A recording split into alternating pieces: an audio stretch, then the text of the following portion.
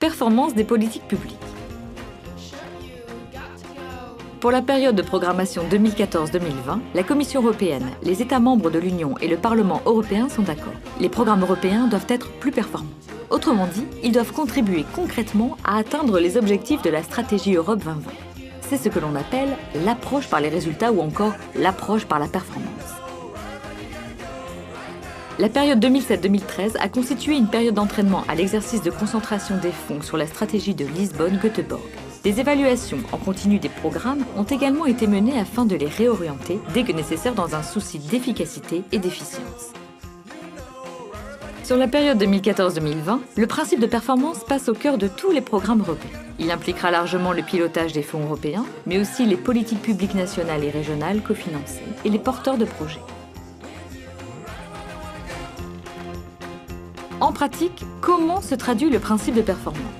Au niveau national, l'utilisation des fonds européens doit contribuer à la bonne gouvernance économique de l'Union. La Commission peut donc demander à un État membre de modifier son accord de partenariat et ses programmes pour se conformer aux recommandations du Conseil européen sur les politiques économiques et d'emploi. Le pacte de stabilité et de croissance a pour but d'éviter qu'un État membre se retrouve en déficit public excessif ou sous assistance financière de l'Union. Si un État ne prend pas de mesures correctives pour respecter ce pacte, la Commission peut suspendre temporairement le versement des fonds.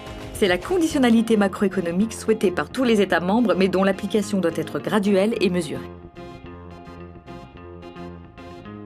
Par ailleurs, chaque programme doit désormais produire des résultats tangibles et mesurables. En fait, il doit pouvoir démontrer que, grâce à l'action des fonds européens, la situation s'est améliorée. Pour cela, chaque programme doit définir sa logique d'intervention, c'est-à-dire définir ses enjeux et ses besoins par rapport aux objectifs de la stratégie Europe 2020, puis identifier les changements attendus à l'horizon 2020 grâce aux fonds européens. Enfin, il détermine les types d'investissements nécessaires pour y parvenir et les volumes financiers appropriés.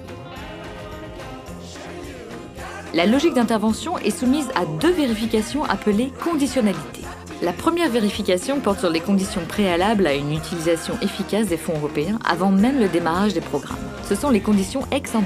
Concrètement, on vérifie que pour chaque type d'investissement financé par les fonds européens, la législation européenne est bien transposée dans le droit de l'État membre ou encore que ces investissements s'intègrent dans une stratégie existante au niveau national ou régional.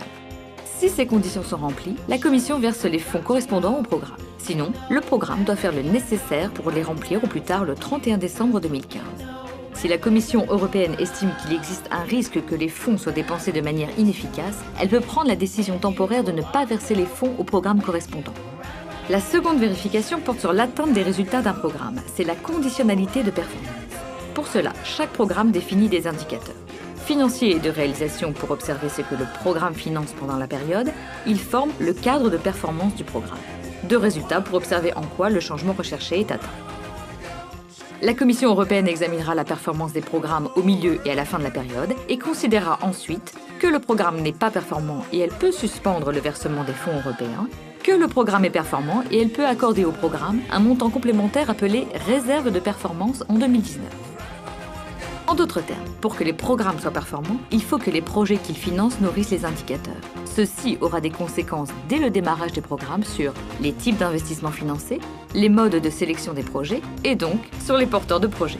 Pour résumer, l'approche par la performance implique un véritable changement de modèle de conduite des politiques publiques qui impactera aussi bien les décideurs que les gestionnaires ou les bénéficiaires des fonds européens.